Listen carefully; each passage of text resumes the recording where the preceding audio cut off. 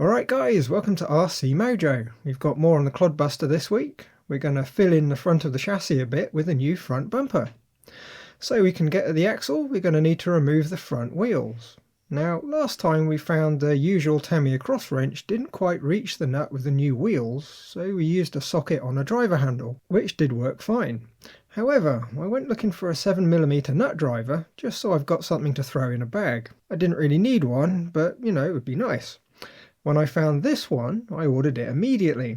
Now, I'm not normally one for sticking to the brand names, but this one sounded like it should be good. Anyway, wheels off, and this is the chassis ready for the bumper. Now there's lots of bumpers available for the Clod, but as far as I can tell they're all designed to have the stock front steering setup, often with a servo mount. All our steering gear is from ukmonsters.co.uk and lives behind the axle, so we need a low profile bumper that hugs the axle, and it needs to be compatible with the aluminium braces. So I've been at the 3D printer again, and here we have a kit of bits. We're also going to need a bunch of screws and a 20mm hex standoff. To get a better idea of what we've got, let's have a look at the 3D render. First, you might notice that the mounts aren't central on the bumper bars. That's to get around the brace mounted servo. On the stock bumper, the right hand mount is spaced off to make it even. We've got the usual top and bottom mounting points with spacers to take into account the thick aluminium braces on the axle. But we also have a centre mount. It's optional, but it'll make the bumper a bit more stable. Remember, the mounts are 3D printed plastic, so they're not going to be as tough as moulded parts. So the extra mount should keep things a bit more stable, keeping the flex to a minimum. The centre mount uses one of the gearbox screws, so we've got a hex standoff that replaces the stock nut, so we can use a screw from both ends. Now I'm not 100% happy with it, it's still a bit fiddly to assemble, but once together it does all look rather neat and tidy. To assemble, we first attach bars to the mounts with M3x12 countersunk screws. The bars already have holes in, so they just need to be cleaned out with a 2.5mm drill bit and tapped to M3. However, the plastic bars aren't really what we want, so we'll swap them for some 8mm or 5/16 square bar stock that's 100mm long. To mount it, we need to drill 2 blind holes and tap them. To make it easy, I've made a jig to print so you can get the hole spot on without worrying about measuring up. You just need to press a 100mm length of bar in and flip it over and mark the holes. Drill them with a 2.5mm bit that doesn't quite go all the way through and tap it with an M3 bottom tap. Now we can assemble the bumper so the long end of the bumper bars are over the servo. The mounts are designed to hold the bars square, so there's no alignment to worry about. Once all the screws are in, it should be ready to go. On the axle, we need to remove the top screws on the axle braces and the gearbox screw just below, remembering to pop the nut out too.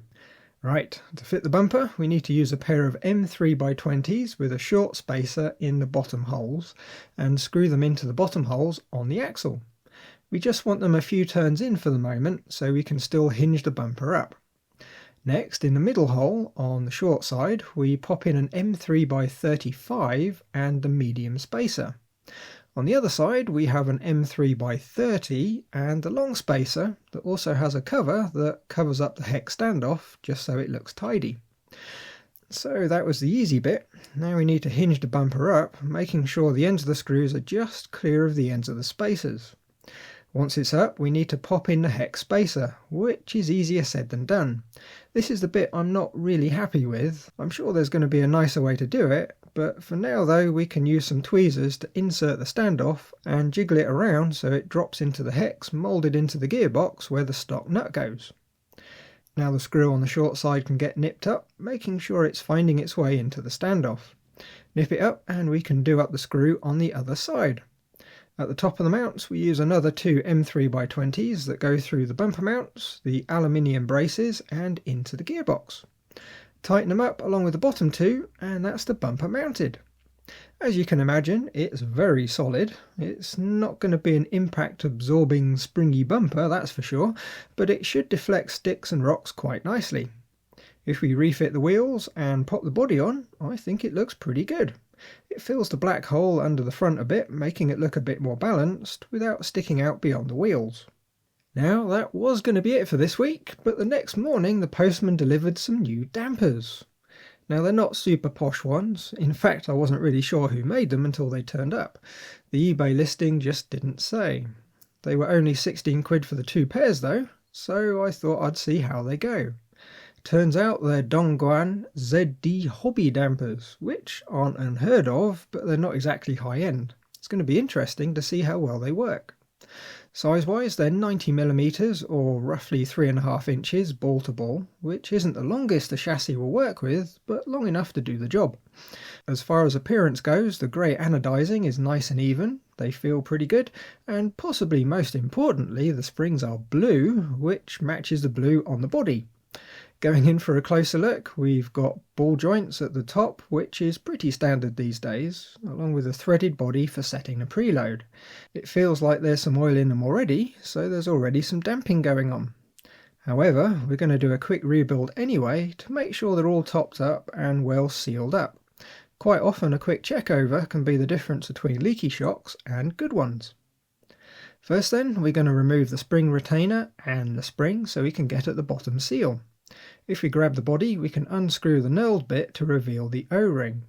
And not too surprisingly, it's bone dry, which will be fine for a while, but in my experience after a few runs it'll almost certainly start to leak. You can get some special green goo for lubricating the O-ring, but I've had just as much success using a super thick silicone diff fluid. Anything around the consistency of a cold, thick treacle will do the trick. We'll pop 2 or 3 spots inside the end of the damper and follow it in with the O-ring. Next we'll offer up the plastic insert and give it a quick spin to spread out the oil. Refit the cap and tighten up. Now it feels like it's all sized up quite nicely, so if we tighten it up until it stops hard against the body, we should be good. Next, since we don't know what's inside the damper, we're going to empty them out and refill with some 45 weight. We might need to change it later, but it's good to start with a known weight so we've got a good starting point.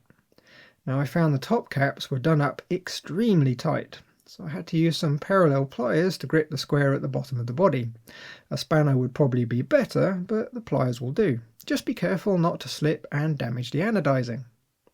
With the cap off, we can empty the damper out into a plastic pot by moving the shaft in and out a few times. We're not racing, so we're not worried about getting every last trace out. One slightly alarming thing, in the oil were a couple of bits of aluminium swarf from the machining process. Not great when there's silicone or rubber seals. I think ideally we should strip the damper right down to parts and wash them out thoroughly, but I think we'll probably get away without. When we refill the damper, we want to fill it up so the level is a few millimeters below the top. Then push and pull the shaft to push any air through the holes in the piston. Because we didn't completely clean out the old oil, we're not actually getting any bubbles, but it's still good to make sure. Now we can top up the oil, so we're roughly 1.5 or 2 millimeters below the top. When we refit the cap, the bladder will take up the rest. Once the top cap goes back on, you're going to want to check how the shaft moves. If when you press it up, it's almost solid, then you've got too much oil. If it sounds kind of squeaky, then there's not enough, and you've got excess air. Remove some or add some oil as needed, and you should end up with a super smooth, quiet motion. It's one of those things where practice makes perfect. Once you've done a few sets, you'll get a feel for it. Now we need to pop the spring back on with its retainer, and that's one damper ready to use. We've just got to do the other 3. Right, to fit the dampers, first we're going to need to remove the old Carson leaky special that we've been using. So the chassis doesn't collapse, we're going to pop a box under it. One of the old Hobby Wing boxes fits perfectly. At the bottom, we've just got an M3 screw that goes through the bottom link. At the top, we've got a long M3 screw that goes through the plastic adapter bits for the dampers and has a nylon nut on the back. We will remove them and keep the screw and nut. The chassis kit came with a set of spacers for the damper tops, so we're going to use them. We just need to pop the long screw through the top ball, through the spacer, and offer it up to the chassis. However, there's loads of holes we can mount it to, and we don't know which. It'll be best to start by popping in the bottom screw so we can get a feel for where the top should go. We'll use the second hole out on the lower link just as before, and we can always move it around later if we need to. Now the springs are fairly soft, so we'll go for a hole where the damper is just slightly compressed with the weight still on the box. Turns out the third hole from the outside and the third up from the bottom seems to be about right. If we nip up the screw, that's the damper fitted, and looking rather good, I think. The other three are all the same, so let's just cut to them being fitted. And there we go. I think it looks infinitely better than the old Carson dampers, super slick. With any luck, they're going to hold their oil and not leak. They certainly feel good. The lower links sit almost level, with a little bit of droop that we didn't have before. I think it's going to reduce the bounce a little bit, making it handle better over the bumps. This is when I'd normally cut to some bashing outside, but this week, the only day I could have popped out for a cheeky test run, I was at home waiting for FedEx, who at 7:20 in the evening updated the tracking to say I wasn't in to take the package, which was nice of them. Hopefully next week we'll do another upgrade and then have a good bash around to test everything. Until then, as always, thanks for watching. Like if you liked, subscribe if you haven't, and leave a message if there's something on your mind. Bye guys!